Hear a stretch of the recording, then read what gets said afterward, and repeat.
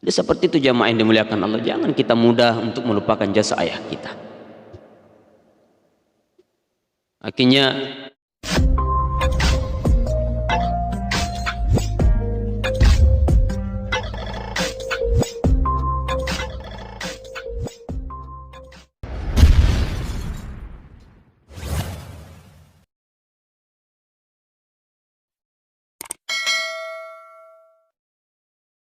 dalam ketaatan kita kepada kedua orang tua kita betul berbeda. Kita harus lebih taat kepada ibu kita daripada kepada ayah kita. Tapi bukan berarti kita melupakan jasa-jasa ayah kita.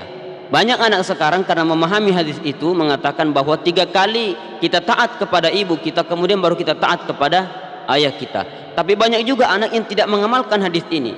Dia salah mengamalkan, salah faham terhadap pengamalan hadis ini. Dia senantiasa taat kepada ibunya, kemudian melupakan ketaatan kepada ayahnya. Bukan lagi taat sekali kepada ayahnya, tapi memang betul-betul tidak taat lagi. Ini hati-hati jemaah yang dimuliakan Allah Subhanahu wa taala. Betul bahwa kita harus lebih taat kepada ibu kita daripada kepada ayah kita. Tapi jangan melupakan jasa ayah kita. Tahu enggak jemaah yang dimuliakan Allah Subhanahu wa taala bagaimana perjuangan ayah kita? Bagaimana ayah kita berjuang untuk melahirkan kita ke dunia ini? Bagaimana ayah kita berjuang untuk membesarkan kita? Satu kita dilahirkan oleh ibu kita. Yang mencari nafkah ketika kita lahir, siapa yang mencari nafkah adalah ayah kita. Maka ayah kita lebih giat lagi bekerja ketika melihat kita hadir di muka bumi ini. Walaupun mungkin pada saat kita lahir dia tidak menggendong kita dan menangis di hadapan kita. Sama dengan ibu kita, ketika kita lahir ibu kita langsung menggendong kita dengan air mata kegembiraan. Air mata bahagia. Ibu kita menangis, tapi itu adalah air mata bahagia. Ayah kita mungkin senyum-senyum saja, santai saja, karena tidak merasakan sakit ibu yang melahirkan. Tapi pada saat itu dalam hati bapak, dalam hati ayah kita, dia akan senantiasa berusaha untuk lebih giat lagi bekerja. Jadi jemaah yang dimuliakan Allah, dia akan berkata kepada dirinya bahwa saya harus lebih kuat lagi, saya harus lebih giat lagi untuk bekerja. Ya Allah, kuatkanlah hamba untuk bisa bekerja mencarikan nafkah untuk anakku yang baru lahir. Ayah itu seperti itu. Ayah itu, laki-laki itu memang diberikan perasaan yang memang perasaannya itu susah untuk dia ungkapkan. Ketika dia sayang sama anaknya, dia tidak perlu bilang sayang sama anaknya. Ayah kita terkadang cuek, tapi kasih sayangnya terhadap kita itu besar. Maka mulailah ayah kita bekerja. Ketika berangkat pagi, dia terkadang tidak melupakan sampai malam dia baru pulang. Dia tidak memikirkan panasnya matahari, karena yang diingatannya bukan panasnya matahari, tapi anaknya yang baru lahir. Ada kekuatan yang dari dalam. Ada kekuatan jemaah. Karena banyak ayah yang seperti itu, yang ketika bekerja dia tersenyum sendiri. Kenapa tersenyum jemaah? Dia mengingat anaknya yang baru lahir.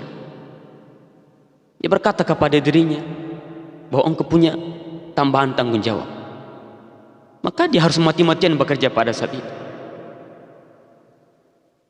Apalagi kalau anak itu yang baru lahir itu tidak menyusu kepada ibunya.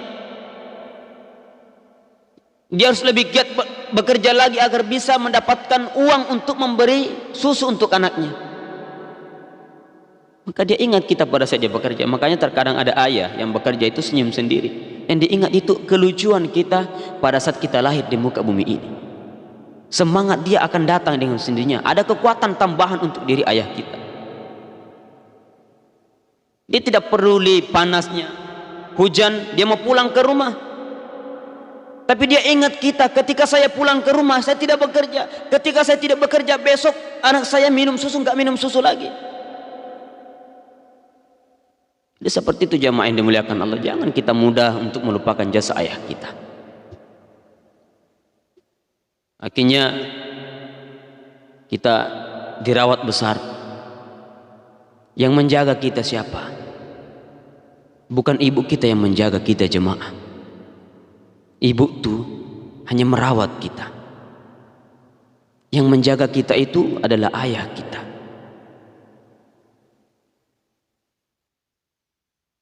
Mungkin ini pernah terjadi dalam hidup kita. Ketika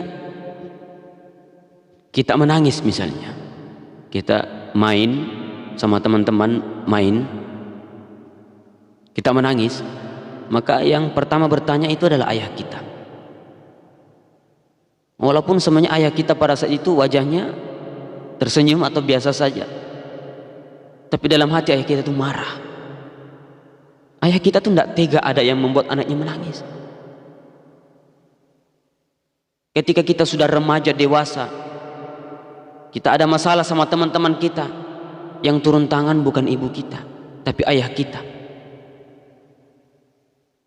Ayah kita terkadang rela mempermalukan dirinya di hadapan orang-orang banyak demi kita, karena ada yang menyakiti kita, demi untuk melindungi kita, demi untuk menjaga kita. Jadi yang melindungi dan menjaga kita itu bukan ibu kita, ayah kita. Jemaah yang dimuliakan Allah Subhanahu wa taala. Dan yang paling terakhir yang perlu kita ingat adalah tanggung jawab ayah kita. Di hari kemudian, yang bertanggung jawab atas semua keluarganya kita sebagai anaknya adalah ayah kita. Kalau kita ditakdirkan untuk di neraka, ayah kita akan ditanya, kenapa anakmu bisa di neraka? Kalau kita ke neraka, kalau kita ditakdirkan di neraka, kemudian ayah kita menjawab bahwa saya lalai, saya tidak merawat anak-anak saya tidak menjaga anak-anak saya sehingga bebas dalam kegelimangan dosa, maka yang mendapat ganjarannya juga adalah ayah kita. Apalagi kalau kita sebagai anak perempuan, kasihani ayah kita. Nanti ayah kita akan disidang di hadapan Allah Subhanahu wa taala, yang menyebabkan terkadang ketika ayah kita sudah di surga, ayah kita bisa ketarik ke neraka gara-gara kita anak perempuan. Kenapa jemaah yang dimuliakan Allah? Karena kita anak perempuan tidak menutup aurat. Karena ketika anak perempuan kita tidak menutup aurat, maka yang bertanggung jawab atas itu adalah ayah kita.